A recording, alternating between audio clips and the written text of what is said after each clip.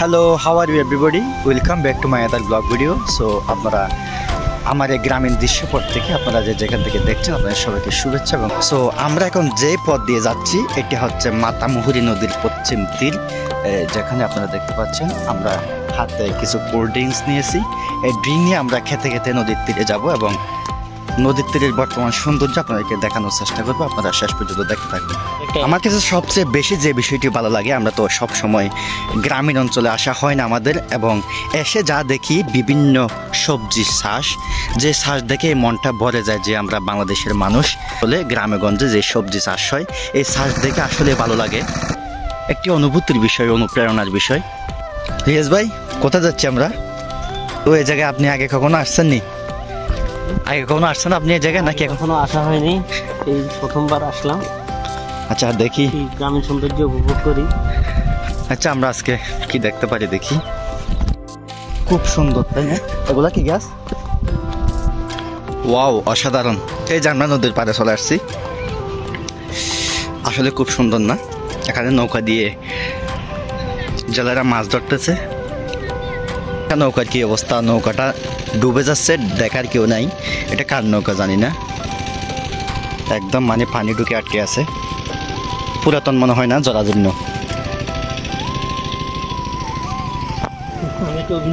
এদিকে দেখি, এটাও তো নষ্ট। এই যে পানি ঢুকে গেছে নৌকার উপরে। কিরে, এখানে মানুষজন নাই মনে হয়। ফুলটা দেখতে পাচ্ছেন আপনারা, এটা হচ্ছে তামাকের গাছ। হ্যাঁ, তামাক পাতা সংগ্রহ করার পর এই গাছটা রেখে দেওয়া হয়েছে তার জন্য।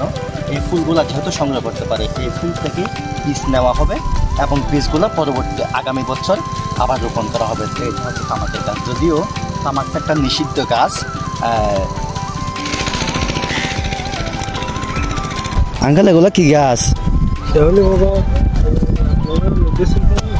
বুঝি নাই। লব্যাসই। আচ্ছা আচ্ছা, এগুলো আপনি চাষ করেন? আচ্ছা, ফলন কেমন হয় এখানে?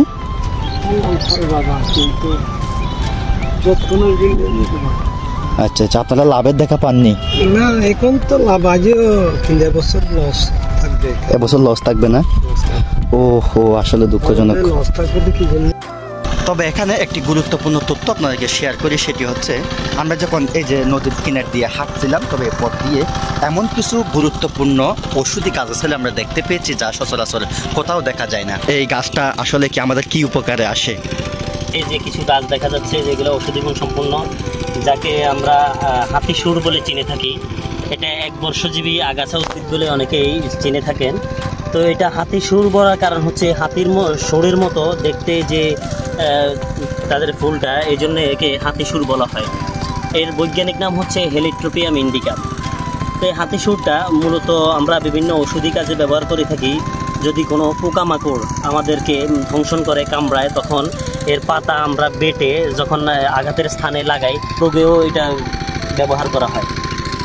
ওকে, ধন্যবাদ রিয়াজ ভাইকে, অসংখ্য ধন্যবাদ। আমাদের অতি পরিচিত ভেষজ উদ্ভিদ দুধিয়া বা হাজারদানা বলা হয়। দেখতে পেলাম যে আসলে এটাকে বৈজ্ঞানিক ভাষায় বলা হয় ইউফোবিয়া হিড্রা। তো এটাতে মূলত অনেকগুলো দানা থাকায় একে হাজার দানা বলা হয়।